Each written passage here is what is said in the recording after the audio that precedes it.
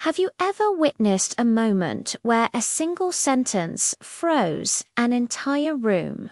A moment when truth hit so hard, even the person in power couldn't breathe for a second. What happened that day in the CEO's office wasn't just shocking. It changed a single dad's life forever.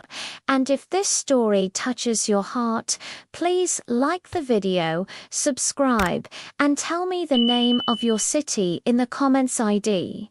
Love to know where you re-watching from. The day had started like any other for Ethan Cole, single dad. Part-time college student, full-time warehouse assistant, doing everything he could to raise his 8-year-old daughter, Lily. He had rushed to work with her lunchbox still in his hand, the one with faded princess stickers, because she wouldn't eat unless he promised to bring it back home safely. Inside the towering glass building of Sterling Industries, Ethan kept his head down. Today was inspection day, which meant the CEO, known for her strictness, was walking the floors. Rumors said she fired people for misplacing a single form.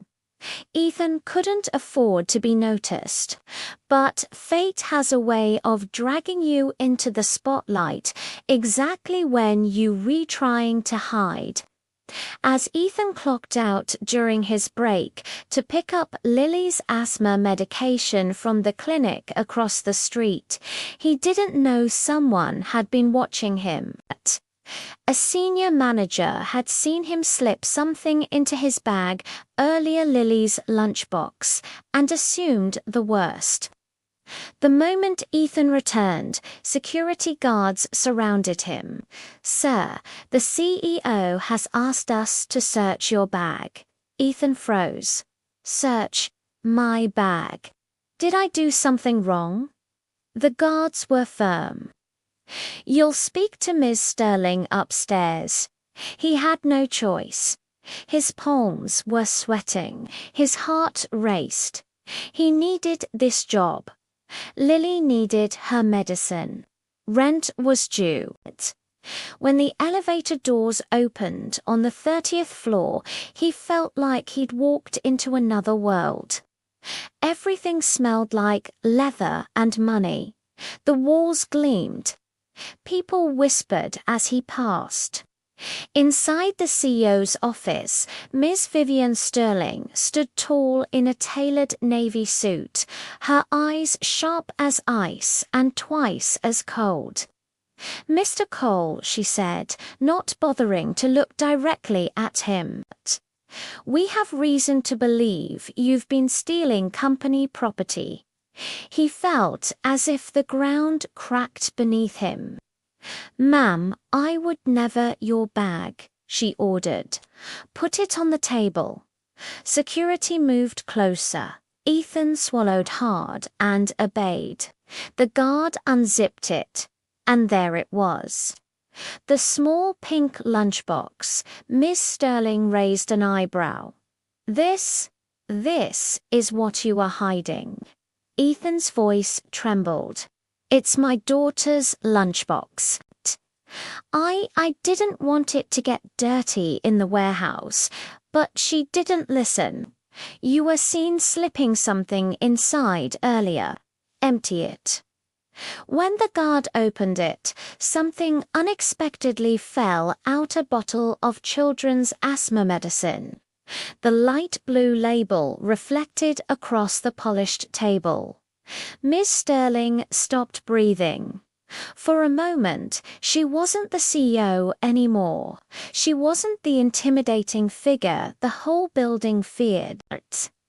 She was just a woman staring at something that pulled her far back into a memory she had buried deep. Because that bottle, the brand, the dosage, the tiny handwritten note from the pharmacist was the same medication she once picked up weekly for her own daughter.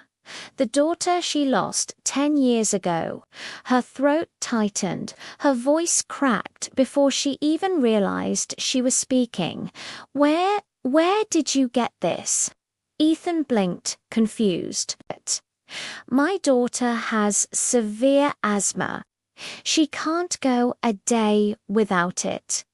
Silence. A silence so heavy the air itself seemed to bow under it. And then just as security reached for Ethan to escort him out, another voice echoed from the doorway. A soft voice, unsteady, older. Vivian. Stop. Everyone turned. Miss Sterling's mother, Eleanor, rarely seen in public, stood by the door gripping her cane. Her eyes were fixed on the medicine bottle. What did you just accuse this young father of? She asked, her tone sharp with disappointment. He was suspected of stealing. Stealing, Eleanor's voice rose, shaking the room.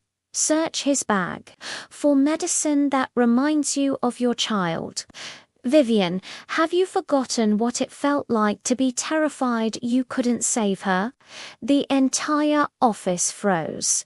Even the city noise outside felt quiet. Eleanor stepped toward Ethan, placing a gentle hand on his arm. No parent carrying their child's lifeline is a thief. Ms. Sterling looked crushed, like the truth hit her harder than any accusation she'd thrown at Ethan, and for the first time in years, she cried. The next day, Ethan didn't know if he still had a job. He walked into the building with a knot in his stomach. Every step echoed, every face stared, but security didn't stop him this time. Instead, the CEO herself approached him, not with her usual posture of power, not with her cold gaze, with humility, and something he never expected, regret. Mr. Cole, she said quietly, I owe you an apology. A very deep one. Ethan didn't know what to say. She motioned him toward her office again, but this time the walk felt different. Once the door closed behind them, she took a breath. I lost my daughter when she was about your Lily's age. Asthma attack. We couldn't get her medicine in time. Ethan felt a punch of sympathy. I'm so sorry, he whispered. She nodded slowly. When I saw that bottle, your bottle, I reacted from a place I never healed. I punished you for a ghost from my past. He shook his head. I understand. Being a parent, it changes you. Something softened in her eyes, something human. Then she surprised him. I reviewed your file, she said. You've never been late, never taken a sick day unless it was for your daughter. You work harder than half the people on this floor. I was wrong about you. Ethan looked down. I'm just trying to give Lily a good life. Miss Sterling walked to her desk, pulled out a form, signed it, and slid it toward him. I'm promoting you, Mr. Cole. Ethan's jaw dropped. Promoting me? After what happened, I understand you more than anyone else here. She'll be moving to logistics supervisor, higher pay, flexible hours, better health benefits. She paused, her voice quieter. No parent should have to choose between work and their child's breath. Tears welled in Ethan's eyes. Thank you. I don't know what to say. You don't have to say anything, she said. Just take care of your daughter. That's more important than anything we do in this building. As Ethan left her office with the promotion letter trembling in his hand, he thought about how quickly life can change, not because of luck, but because someone finally sees you for who you really are. And sometimes the coldest room can turn warm with a single sentence. If this story touched your heart, please like the video, subscribe for more stories, and tell me your city in the comments. ID. Love to know where you rewatching from and create more stories that reach your heart.